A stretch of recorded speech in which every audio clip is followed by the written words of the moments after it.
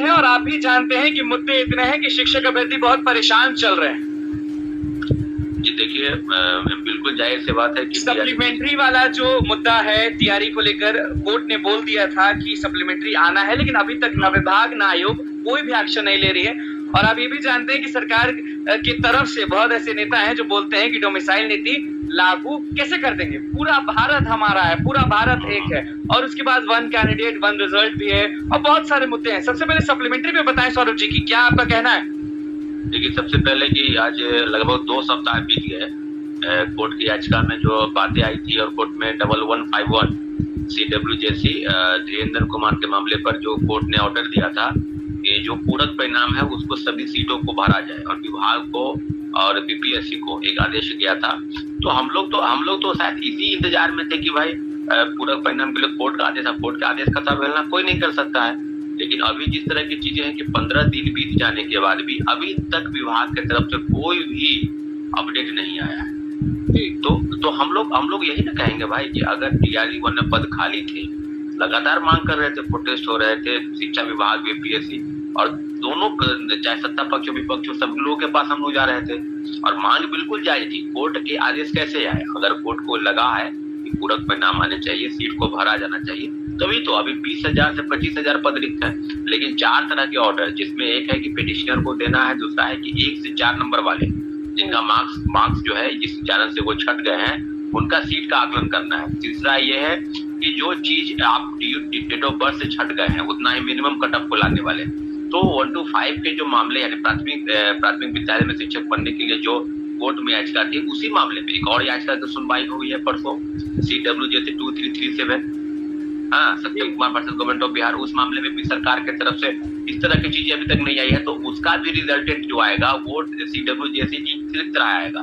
वो भी 1151 वाला जो मामला है जिसमें कोर्ट की तरफ से आदेश आया था। तो कोर्ट तो आदेश दे ही रही है, परंतु सरकार की तरफ से देखिए अभी तक कोई विशेष नहीं हो रहा और TRE 3 की रिजल्ट की बातें चल रही है कि कब आएगा OMR सीट, कब आंसर की आएगा, कब उस पर क्या होगा। बिल्कुल, शिक्षक अभ्यर्थी बहुत परेशान है। शिक्षक अभ्यर्थी देखिए TRE 2 के भी मामले हैं, उसमें भी कई कोर्ट में याचिका दायर है, कई कोर्ट की याचिका दायर होने वाली है, उसमें भी सुनवाई होना बाकी है।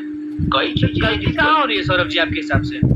देखिए, जो विभागीय गलती हो गई है दोनों फेज में उसको सुधारने के लिए कोर्ट में गया है। आप पूरक परिणाम हो, चाहे आप देखे होंगे कि आपको 6 to 8 में जिसमें सब मामले में थे कि सीटेट वाले का मामला जिसमें कम से कम आपको नंबर लाने हैं 90 नंबर लाने हैं, 60% दूसरे स्टेट वाले जो बहाल हो गए थे उनको बाहर किया जा रहा है। तो हर मामले की तरफ अब कोर्ट से ही सब कुछ हो, सीधा तो नहीं है कि शिक्षक अभ्यर्थी परीक्षा दे या कोई भी एप्लीकेशन देने के बाद परीक्षा दे और उसके बाद सरकार आदेश नहीं माने तो कोर्ट चला जाए।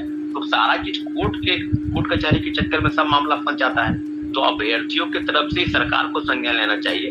अभी क्या है, लेकिन हम पटना में हम नहीं है, हम 2-3 दिन के बाद आएंगे, लेकिन हम इस मामले में सीधे हम सप्लीमेंट्री रिजल्ट के कोर्ट के आदेश की कॉपी लेकर हम फिर जाएंगे शिक्षा विभाग और वहाँ जरूर मिलेंगे। क्योंकि बात यह है कि अगर आदेश आया उसके बाद भी आप नहीं कुछ कर रहे हैं तो फिर आगे हो क्या रहा है? आखिर फिर सीटों को बचाने शिक्षा विभाग जाएगा या BPSC आयोग जाएगा?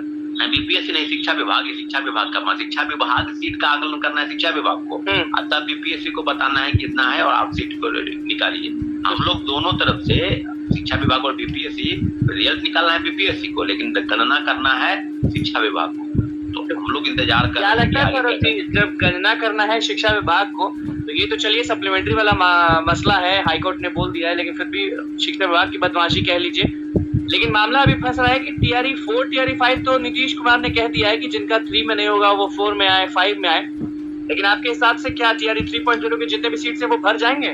देखिए, यही जो बात हो रही थी ना कि हम जो है 3 महीने में 2 लाख लोगों को नौकरी दी है, तो पूरा अगर आकलन करेंगे ना तो आपको पता है कि TRE 1 में 35,000 से 40,000 पद रिक्त है, जिसमें 11,700 आप नियोजित शिक्षकों को नौकरी दी है।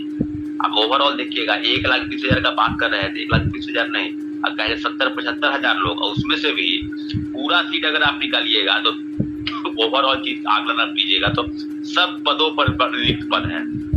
फर्जी बहाली हो गई, लोगों को बाहर कर रहे हैं। अभी आप देखिए ना, कोई जिला बाकी है जहाँ से 150, 200, 300 शिक्षक बाहर नहीं हुए, चाहे उनके पास फर्जी डोमिसाइल सर्टिफिकेट है, सीटेट फर्जी है, स्टेट फर्जी है, और बाहर वो कर दिए जा रहे हैं। बाहर आप कीजिएगा लेकिन सीट तो वैकेंट है, तो वही 1 का सीट बचाकर टीआरई सेकंड फेज में बचाए, और वही टीआरई 2 का सेकंड फेज बचा के टीआरई 3। 14,700 पूरा परिणाम की लिस्ट थी बाकी, यानी 14,000 तो सीधे बाकी है 1 to 5 से, और सब पदों पर रिक्त पद है। तो ये जो 87,000 पद है टीआरई 3 में, सभी पदों को भरा जाए, लेकिन होता ये नहीं है। सीट को बचाकर उसमें और डंका पीटने के लिए कि हमने 1,20,000 लोगों को नौकरी दिया, फिर कहेंगे हमने 87,000 लोगों को नौकरी दिया। तो क्या डंका पीटा जाएगा? हाँ नहीं, हम भी चाहते हैं कि 87,000 लोगों की लिस्ट निकाले पहले, ओवरऑल टॉप टू बॉटम जो है वो मेरिट लिस्ट तैयार हो और सर्टिफिकेट का वेरिफिकेशन करके तब आप रिजल्ट निकालिए, ताकि कहीं से भी गुंजाइश नहीं बचे। एक मेरिट लिस्ट निकलेगा, उसके बाद फिर बाकी रहेगा, दूसरा निकलेगा, वो नहीं भरेगा, तीसरा निकलेगा। लेकिन यहाँ होता है क्या, आनंद में बिना सर्टिफिकेट वेरिफिकेशन की लोग ज्वाइनिंग दे देते हैं, और जब सर्टिफिकेट वेरिफिकेशन होता है तो फर्जी निकलता है, जिसको बहाल किया जाता है। तो सीट तो ऐसे ही बच जाएगा। ठोक बजा के आप डॉक्यूमेंट का वेरिफिकेशन पहले स्तर से कीजिए, जो टीआरई 1 में नहीं हुआ, टीआरई 2 में नहीं हुआ, तो बड़े पैमाने पर फर्जी लोग बहाल हो गए।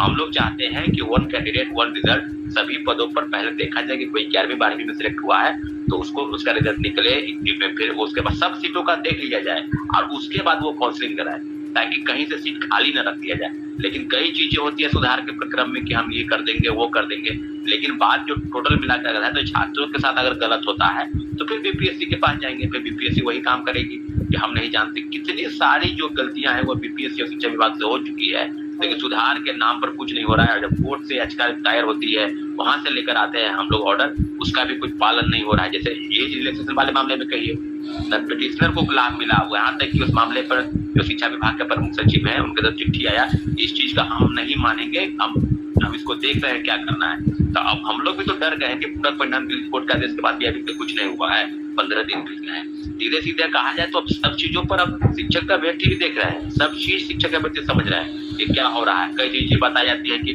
पैसा लेकर पता नहीं कौन कौन फोन करता है, ये कैसे हो गया।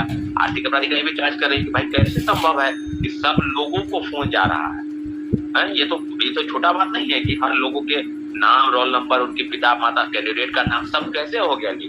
अंदर ही से कोई खेल रहा है क्या? अंदर ही से कोई खेल रहा है क्या?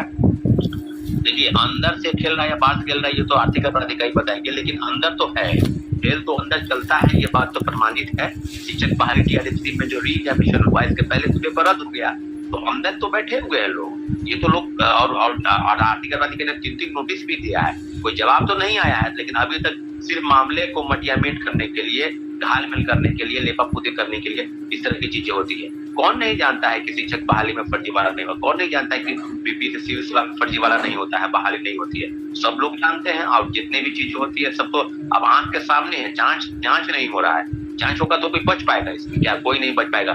कोई भी कुछ भी कह ले, लेकिन इतना जरूर है कि सिपाही भर्ती हो, उसकी भी परीक्षा आ गई है, दरोगा बहाली हो, सिपाही हो, नीट के पेपर हो, शिक्षक भर्ती हो, सबके सिंडिकेट रैकेट बाप और बेटा मिलकर सब लोग लगा हुआ है और सबने पेपर को धांधली कराया। कहने के लिए कोई कुछ भी कह दे, लेकिन बड़े पैमाने पर फर्जीवाड़ा। आखिरी सवाल सौरभ जी, डोमिसाइल पर क्या आपका कहना है, क्योंकि सरकार तो तैयारी नहीं हो रही है?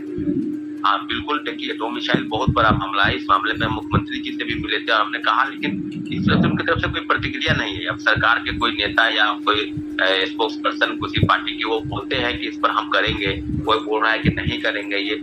लेकिन इतना जान लीजिए कि डोमिसाइल नीति पर सीधे सीधे अगर सबसे ज्यादा नुकसान अगर किसी को है तो बिहार के अभ्यर्थियों को है। सीधे आप आरटीआई से खुलासा हुआ है, ऐसा नहीं सिर्फ हम बोलने के लिए बोल रहे हैं। 17,000 महिलाओं को नौकरी मिली, 10,000 से ज्यादा दूसरे स्टेट के लोगों को नौकरी मिली है।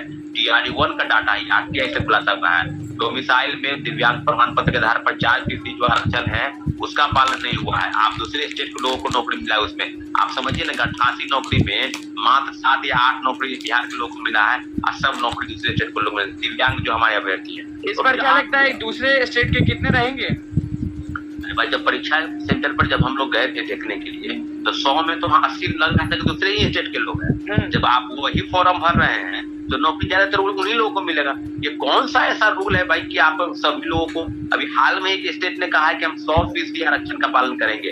आपका तेलंगाना और कर्नाटक स्टेट है जो कहा है कि हमने निजी क्षेत्र में 100% आरक्षण देंगे, यानी वहाँ जो भी निजी क्षेत्र में कंपनियां स्थापित है सब जगह से लोगों को नौकरी की बात है। दूसरे स्टेट के लोग नौकरी नहीं करेंगे, सरकारी हो या गैर सरकारी हो, चाहे बिहार के बाहर आप कहीं भी जाएंगे तो 10 से 15% के आरक्षण का लाभ आपको डोमिसाइल की तरफ मिलेगा। लेकिन बिहार ही एकमात्र ऐसा स्टेट है जहाँ नौकरी की कमी थी, नौकरी मिल नहीं रहा था। जब ये नौकरी देने लगे तो पूरा दिल खोल के दिए दूसरे स्टेटों की, आइए और नौकरी लेके जाइए। तो दोस्तों आपने सुना सौरभ सर ने क्या कुछ बातें बताई हैं, तो देखते हैं क्या कुछ होता है। तो फिलहाल तो इस वीडियो में इतना ही। आगे की अपडेट के लिए चैनल के माध्यम से जुड़े रहिए। जय हिंद, जय भारत।